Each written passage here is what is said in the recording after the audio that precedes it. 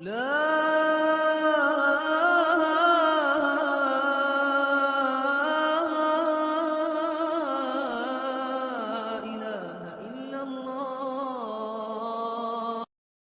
کی رات ایک عظیم ہستی کی شہادت ہوئی صحابہ میں سے. میں اپنا تجزیہ پیش کر رہا ہوں، نہ کہ کسی اور کا، غلط بھی ہو سکتا. تمام صحابہ میں سب سے مظلوم ہستی علی بن ابی طالب، سب سے مظلوم ہستی، جن کی اولاد کا بچہ بچہ ذبح کر دیا، خود بھی شہید ہوئے اور آگے نسل بھی ساری ذبح. آج کی رات 21ویں روزے حضرت علی رضی اللہ تعالیٰ عنہ پر حملہ ہوا. شہید تو پھر 2 دن کے بعد ہوئی، موت تو 2 دن کے بعد واقع ہوئی، لیکن 21 کی رات تھی. علی بن ابی طالب، میں نے ان کا نسب بیان کروں کہ آج ان کی شہادت کی رات ہے، شہادت کا دن ہے کہ جب اہل شام نے الگ حکومت اپنی قائم کر دی، حضرت علی کے مقابلے میں اپنی حکومت کا اعلان کر دیا تحقین کے فیصلے کے بعد، اور اس پر خوارج کی ایک جماعت بن گئی، الگ ہو گئے، جنہوں نے پھر بڑی خوفناک جنگیں کی، بڑے زمانے تک وہ مسلمانوں کو نقصان پہنچاتے رہے. تو 3 خارجی اکٹھے ہوئے کہ جتنا فساد ہے نا اس کی جڑ ہے ایک عمرو بن عاص اور معاویہ بن ابی سفیان اور علی بن ابی طالب رضی اللہ تعالیٰ عنہ. ان تینوں کو قتل کر دو، فتنہ ختم ہو جائے گا. تو عمرو بن عاص اس دن آئے نہیں، وہ مصر کے گورنر تھے. فجر کی نماز میں تو جو ان کی جگہ آئے وہ مارے گئے، شہید ہو گئے. معاویہ رضی اللہ تعالیٰ عنہ پر اس نے وار کیا، لیکن وہ سر سے پھسل کے کمر پہ جا کے لگا اور کمر چھل گئی، لیکن اللہ نے زندگی بچا لی. عبد الرحمن بن ملجم جس نے حضرت علی کو شہید کیا، یہ آیا ہوا تھا کوفے میں. تو لوگوں نے کہا امیر المومنین یہ اس کے ارادے اچھے نہیں نظر آتے، تو اس کو ہم پکڑ نہ لیں. فرمان لگے تو مجھے پھر اللہ کی ملاقات کیسے ملے گی؟ میں تو تم میں نہیں رہنا چاہتا، میں تو اللہ سے ملنا چاہتا. حضرت علی کے ساتھیوں نے بڑی بے وفائی کی، بڑی بے وفائی کی. اس لیے میں کہہ رہا ہوں مظلوم ترین ہستی. بسر بن ابی ارطاط نے یمن پہ قبضہ کر لیا شام کے لشکر کی طرف سے، اور حضرت عبید اللہ بن عباس رضی اللہ تعالیٰ عنہ کے 2 بچے اپنے ہاتھوں سے ذبح کیے جیسے بکرا ذبح کیا جاتا. آل رسول کے 2 بچوں، میں صنعاء میں اس مسجد میں گیا، وہیں ان کی قبریں موجود. تو حضرت علی بے قرار ہو کے نکلے کہ چلو اہل شام کے خلاف جہاد کریں، اور باہر شہر سے باہر جا کے خیمہ لگایا رات کو. صبح دیکھا تو ایک آدمی بھی نہیں آیا ہوا تھا، اکیلے تھے. تو پھر بڑے دکھی دل کے ساتھ واپس آئے اور اپنی داڑھی کو پکڑ کر کہنے لگے تو کب رنگین ہوگی. ایک دفعہ بیمار تھے تو کہنے لگے یا رسول اللہ مجھے لگتا ہے میری موت کا وقت آ گیا. میں نے کہا نہیں، تیری موت آئے گی جب اس خون سے یہ رنگین ہوگی، جب تیرے سر کے خون سے تیری داڑھی رنگین ہوگی اس وقت تیری موت آئے گی. تو اس جملے کو یاد کر کے کہتے تو کب رنگین ہوگی، تو کب رنگین ہوگی. چونکہ ساتھی ساتھ چھوڑ گئے تھے تو شدید قسم کی بے وفائی کا سامنا ہوا. پھر آگے نسل ذبح. آپ نے حضرت حسین کا کربلا تو پڑھا ہوا، لیکن میں نے جو گلدستہ اہل بیت کے بعد میں نے جب پڑھا تو جو اس کمبخت ابو جعفر منصور نے آل حسن پہ ظلم توڑے، اللہ میری ہچکی لگ گئی روتے روتے. ان کی ساری اولاد کو آخر میں پہلی دردناک سزائیں دی، دردناک سزائیں دی. اور پھر ان سب کو ایک کمرے میں بند کر کے چاروں طرف سے کمرہ ٹائٹ کر دیا، ہوا بند کر دی، گھٹ کے سارے شہید ہو گئے، تڑپ تڑپ کے سب اس میں شہید ہو گئے. اس لیے میں کہہ رہا ہوں سب سے مظلوم ہستی ہیں علی بن ابی طالب. تو فرمانے لگے اس کو پکڑو گے تو میں شہید کیسے ہوں گا. پھر ایک دن دیکھا کہ لوگ گھر کے باہر پہرا دے رہے تھے. آپ نے کہا کیا کر رہے ہو؟ کہ جی وہ آپ کا خطرہ ہے، پہرا دے رہے ہیں. کہنے لگے کس سے دے رہے ہو؟ زمین والوں سے، آسمان والوں سے. وہ کہنے لگے جی آسمان والوں سے کون دے سکتا ہوں، زمین والوں سے پہرا دینے کا. بیٹا جا کے سو جاؤ، آسمان والا فیصلہ کرتا ہے تو زمینی پہرے کام نہیں آتے. جاؤ، وہ فیصلے آسمان سے اترتے ہیں، زمین پہ نہیں اترتے.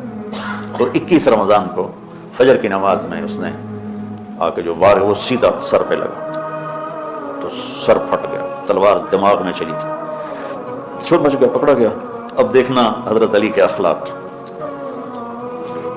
لوگ اکٹھے ہو گئے. حضرت زینب کو پتہ چلا تو وہ بھاگی بھاگی آئیں اور رونے لگی، واہ ابتا واہ ابتا.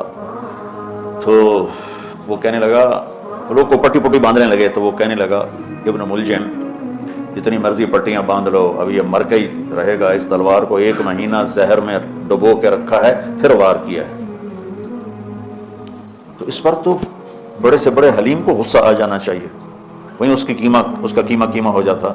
اور حضرت علی کیا کہہ رہے ہیں؟ بھائی اس کے لیے نرم بستر بچھاؤ، اس کو گرم گرم کھانا کھلاؤ، اسے ٹھنڈا ٹھنڈا پانی پلاؤ.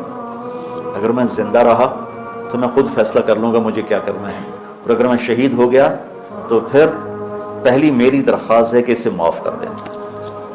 یہ بتانا چاہتا تھا، اسے معاف کر دیں. اور اگر اسے میرے بدلے میں قتل کرنا چاہو تو پھر اس کو تکلیف نہ دینا، بس ایک ہی وار سے اس کی گردن اڑا دینا، اسے تکلیف نہ دینا.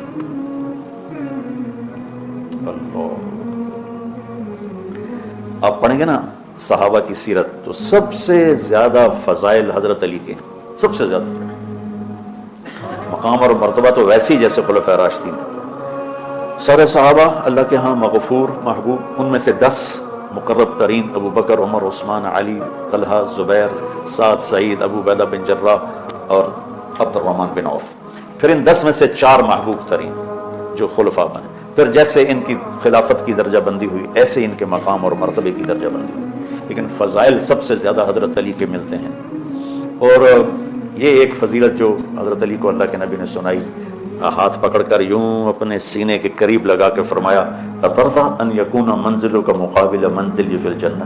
علی تو راضی ہے جنت میں تیرا گھر میرے گھر کے سامنے ہوگا. تو علی رونے لگے کہ نہیں میں راضی. تو آج کی رات اس ہستی کی شہادت ہے، فجر کی نماز میں ان کا انتقال ہوا، جن کو میرے نبی نے ابو تراب کا لقب دیا کہ تو میرے لیے ایسے جیسے موسیٰ کے لیے ہارون ہے، تیرا گھر جنت میں میرے گھر کے سامنے ہوگا. پھر آپ نے اپنی بیٹی فاطمہ سے کہا فاطمہ تو میں یہ دونوں حسن حسین اور یہ جو سویا ہوا ہے، حضرت علی جاگے نہیں، وہ سوئے ہوئے تھے، یہ جو سویا ہوا ہے ہم پانچوں آخرت میں ایک ہی جگہ پر ہوں گے، اکٹھے ہوں گے.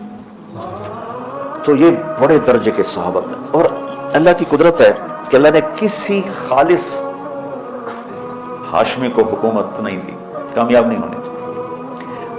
بنو عباس بھی اہل بیت ہیں لیکن ذرا دور سے.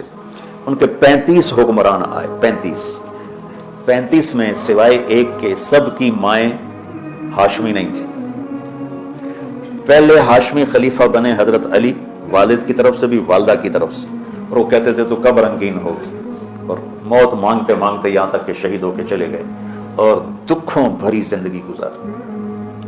وَلَقَدْ رَأَيْتُهُ فِي بَعْضِ مَوَاقِفِهِ وَقَدْ أَرْخَى اللَّيْلُ سُدُولَهُ وَغَارَ نُجُومُهُ وَهُوَ قَائِمٌ يُصَلِّي فِي الْمِحْرَابِ قابضاً على لحيته يتململ تململ السليم ويبكي بكاء الحزين ويقول للدنيا إلي تغررت وإلي تشوقت وإلي تزينت وإلي تشوفت آه من قلة الزاد وبعد السفر ووحشة الطريق آيدها الدنيا غري غيري قد بددتك 3 عمرك قصير ومجلسك حقير وخطرك يسير من قلة الزاد وبعد السفر ووحشة الطريق. یہ درد بھری فریاد ان کی روز ہوتی تھی رات. ایسے تڑپتے تھے جیسے سانپ کا ڈسا تڑپتا ہے، اور ایسے روتے تھے جیسے دکھوں کا مارا روتا ہے. شہید ہو گئے. حضرت حسن کو حکومت ملی، ہاشمی کے بیٹے، ہاشمیہ کے بیٹے. 6 مہینے بعد چھوڑ کے دستبردار ہو گئے. پھر بنو عباس کے 35 خلفاء میں امین کو حکومت ملی. امین کی ماں بھی ہاشمی تھی، باپ بھی ہاشمی. ہارون باپ اور زبیدہ ماں. زبیدہ ہاشمیہ تھی اور ہارون ہاشمی تھا. مامون اس کا بھائی باندی کا بیٹا تھا. امین زبیدہ کا بیٹا تھا. اور ہارون نے زبیدہ کے پریشر میں وصیت نامہ امین کے لیے لکھوایا اور بعد میں مامون، کہ پہلے خلیفہ امین ہوگا، امین کے بعد مامون ہوگا. امین کو 2 سال کے بعد مامون نے قتل کروا دی اور حکومت پہ قبضہ کر لیا. کسی خالص ہاشمی کی حکومت نہیں چلی. اور امام حسن نے حضرت امام حسین کو بلا کے فرمایا کہ میرے بھائی ایک وصیت کرتا ہوں جب انتقال کا وقت، کہ میں نے دیکھ لیا ہے اللہ نے ہمیں نبوت دی ہے، ہمیں حکومت نہیں دیکھ. حضرت حسن کو اللہ نے اللہ کے نبی والی فراست دی تھی. امام حسن اس فراست کے مالک تھے جو اللہ کے نبی کو اللہ نے دی تھی، وہاں سے حصہ ملا تھا فراست کا. عجب عجب باتیں فرمائیں. جب حضرت علی نے مدینہ چھوڑنے کا ارادہ کیا، ابا جان مدینہ نہ چھوڑو، مدینہ نہ چھوڑو، آپ اکیلے ہو جاؤ گے، آپ تنہا ہو جاؤ گے، مدینہ نہ چھوڑو. تو امین کو مامون نے قتل کروا دیا اور پھر اس نے خود 20 سال حکومت کی. تو اللہ تعالیٰ نے اہل بیت کو حکومت سے گندہ ہی نہیں ہونے دیا.